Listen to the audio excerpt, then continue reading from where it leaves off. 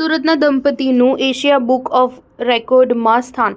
ભગવાન સ્વામિનારાયણના જીવનચરિત્રનું સૌથી મોટું 58 મીટર લાંબુ અને 3 ફૂટ પહોળું સ્ક્રોલ પેઇન્ટિંગ બનાવ્યું. ભગવાન સ્વામિનારાયણ સંપ્રદાયના સૌથી લાંબુ પેઇન્ટિંગ સુરતના દંપતી દ્વારા બનાવવામાં આવ્યું છે. ઘનશ્યામ ચરિત્ર સ્ક્રોલ પેઇન્ટિંગ કે જે 58 મીટર લાંબુ અને 3 ફૂટ પહોળું છે, જેને એશિયા બુક ઓફ રેકોર્ડ્સમાં સ્થાન મળ્યું છે. સુરત શહેરના પાલ વિસ્તાર ખાતે રહેતા વેકરિયા દંપતીએ ભગવાન સ્વામિનારાયણ પર આધારિત તમામ ગ્રંથોના અધ્યયન બાદ આ સ્ક્રોલ પેઇન્ટિંગ તૈયાર કર્યું છે. ભગવાન સ્વામિનારાયણના જીવનચરિત્ર પર આધારિત આ સ્ક્રોલ પેઇન્ટિંગમાં ઐતિહાસિક ક્ષણોને નેચરલ રંગોના માધ્યમ કંડારવામાં આવી છે.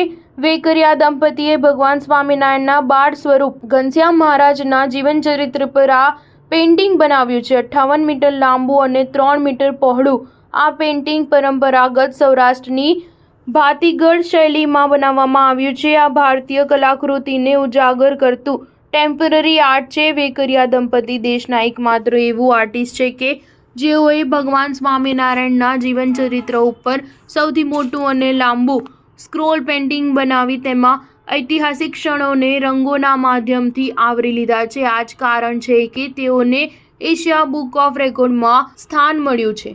આ અંગે મનોજ વેકરિયાએ જણાવ્યું હતું કે ભગવાન સ્વામિનારાયણના ઘનશ્યામ સ્વરૂપને અમે આ પેઇન્ટિંગમાં દર્શાવ્યું છે. પેઇન્ટિંગમાં તેમના જીવનચરિત્ર અંગે વર્ણન કરાયું છે.